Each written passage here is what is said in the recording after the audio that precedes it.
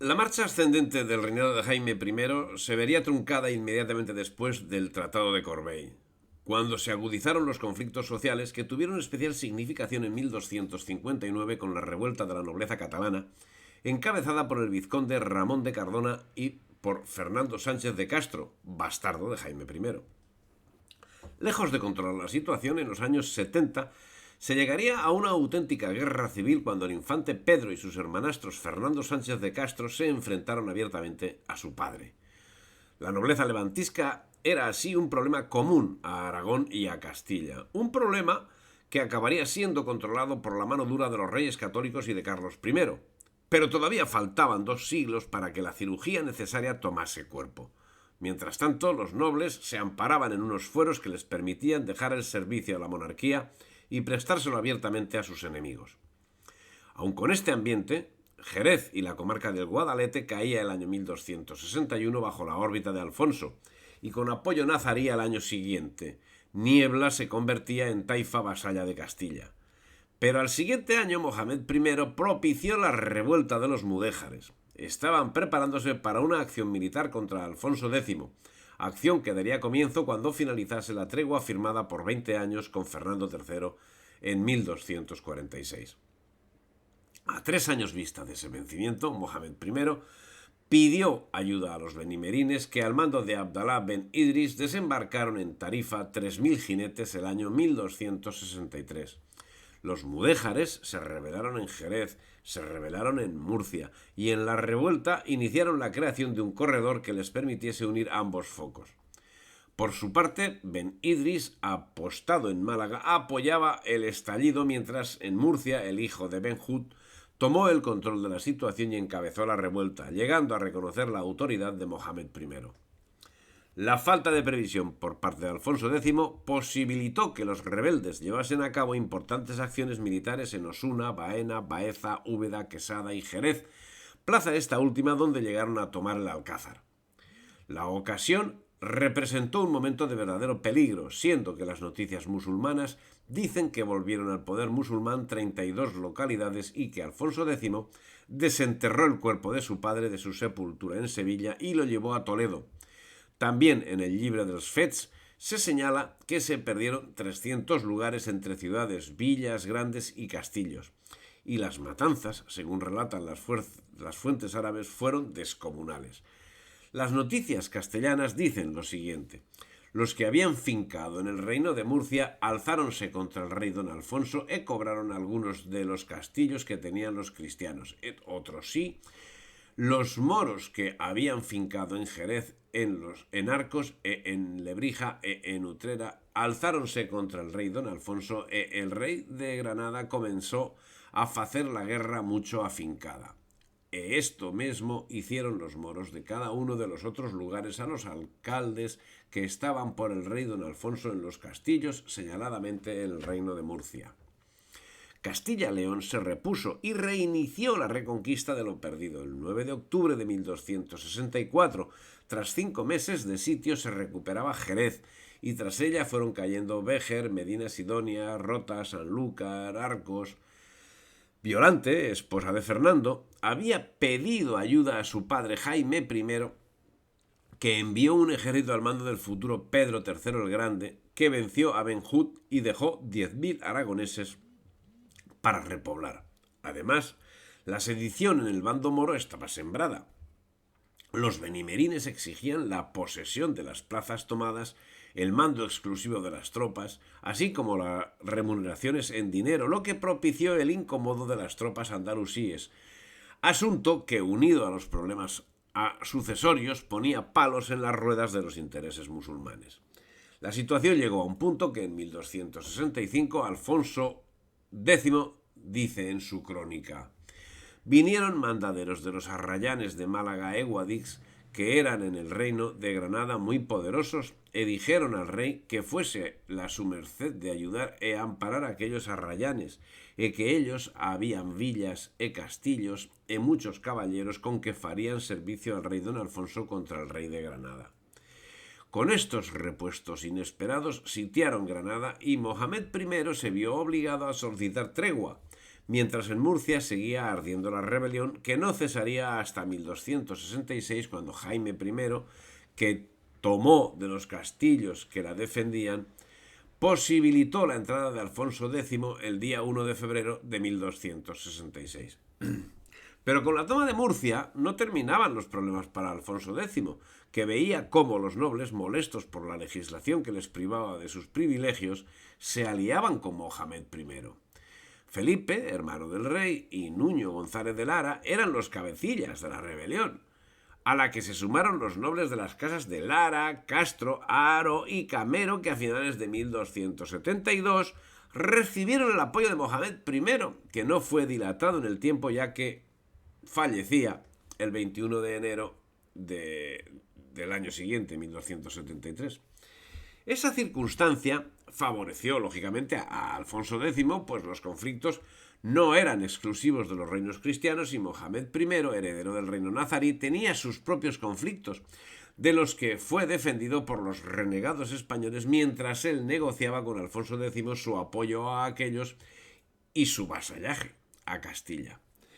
Málaga, Comares, Guadix y Ronda acabaron pidiendo ayuda a Castilla en estas fechas y acabó el levantamiento, que en conjunto había durado 3 años. Y en mitad del fragor de la lucha contra la nueva intentona africana, en 1265 vio la luz el Código de las 7 partidas, que abarcan todo el saber jurídico de la época, tratando aspectos de derecho constitucional, mercantil y procesal en unas versiones civil y penal. Y en Aragón, el suegro de Alfonso X, el rey Jaime I, creaba ese mismo año el Consejo de Ciento para la ciudad de Barcelona, con lo que la liberaba de sujeción feudal y sustituía los usages, código feudal dado por Ramón Berenguer I, y la dotaba de derechos civiles. El fuero-juzgo consta de unas 500 leyes divididas en 12 libros y cada uno de ellos subdividido en varios títulos. Destacan, entre otras disposiciones, los supuestos en que se autorizaba el divorcio, el deber cívico de acudir a la hueste, los diferentes tipos de contratos y el procedimiento en los juicios. En estos años, los reinos hispánicos venían conociendo un recrudecimiento de los conflictos con el pueblo judío, si bien las políticas de asimilación habían tenido un moderado éxito, que en Aragón era afrontado con un incremento del proselitismo, aspecto que en Castilla y León se completaba con la legislación que prohibía a los judíos yacer con cristianas y tener siervos bautizados. El malestar social en torno a los judíos era manifiesto en la séptima década del siglo XIII. La voz popular acusaba a los judíos de crímenes y profanaciones inauditas. Oyemos decir, escribe el legislador, que en algunos lugares los judíos ficieron et facen el día de Viernes Santo remembranza de la pasión de nuestro Señor Jesucristo, furtando los niños, et poniéndolos en la cruz, et faciendo imágenes de cera, et crucificándolas cuando los niños no pueden haber. Gonzalo de Berceo, en los Milagros de Nuestra Señora, y el mismo don Alonso en las Cantigas, habían consignado una tradición toledana muy semejante. Una sublevación de los mudéjares valencianos en 1275 marcaría el final de Jaime I. El conquistador, que en el momento contaba 71 años de edad, sufriría una derrota en junio de 1276, falleciendo el 27 de julio siguiente, tras 73 de reinado. Enterrado en el monasterio de Poblet, dejó un reino que abarcaba un territorio que triplicaba el que había recibido, si bien lo dejaba con latentes confrontaciones armadas y con una población musulmana en el reino de Valencia que alcanzaba las 200.000 almas y que triplicaba al número de cristianos. Los enfrentamientos en la Corona de Aragón se materializaron ya en 1273, cuando el rey Jaime hubo de sufrir la rebelión de buena parte de la nobleza feudataria de los condados, que acabó siendo apoyada por Ferran Sánchez, bastardo de Jaime I, que había entrado en alianza con Carlos de Anjou y aspiraba a relegar a su hermano Pedro, el futuro Pedro III. El conflicto acabaría desembocando en un enfrentamiento frontal tras morir el conquistador, cuando al subir al trono Pedro III, los nobles consiguieron en 1283 el privilegio general, que ampliarían en 1287 cuando Alfonso III acabó concediéndoles el privilegio de la unión. Los conflictos no se circunscribían al reino de Aragón. Así, en Navarra, Enrique I prestaba homenaje feudal a Felipe III, el atrevido de Francia, el año 1279, relación que reforzaría en 1274 cuando su hija Juana I, que contaba 18 meses de edad, fue casada con Felipe IV el Hermoso de Francia, quedando ligado el reino a los destinos de los ultramontanos, que acentuaron el antijudaísmo. Por otra parte, en cuanto a los movimientos sociales, es de destacar que la reconquista de Andalucía, excepto Granada, provocó migración hacia las tierras recién conquistadas que, aunque sensiblemente inferior a las repoblaciones anteriores, provocó una crisis en el campo castellano que comportó una bajada de producción y una subida de precios, mientras que otro tanto sucedía en el Reino de Aragón con la repoblación de Valencia. Al propio tiempo, la ganadería conoció un gran desarrollo gracias a la demanda de lana para la confección. En 1273 todos los ganaderos de León y Castilla se unificaron y constituyeron una sola junta de la Mesta, llamada el Concejo de las Mestas, al que Alfonso X concedió una serie de privilegios. El comercio de la lana se convertía, tras el cereal, en la principal actividad económica de Castilla, y ello conformó un sistema conocido como la Mesta, en el que se conjuntaba la participación de la nobleza y de las órdenes militares, grandes poseedores de terrenos aptos para el desarrollo de la actividad ganadera, que conformó un gigantesco movimiento de ganado lanar que recorría la península de norte a sur y de sur a norte. Era la transhumancia, actividad que en no pocas ocasiones provocaba graves destrozos en las cosechas, lo que comportó que ya en el reinado de Alfonso X fuese redactado un reglamento de vías pecuarias denominadas cañadas reales y se crease el honrado Concejo de la Mesta de Pastores del año 1273. El rey concedió numerosos privilegios a los nobles ganaderos en detrimento de los agricultores del pueblo llano.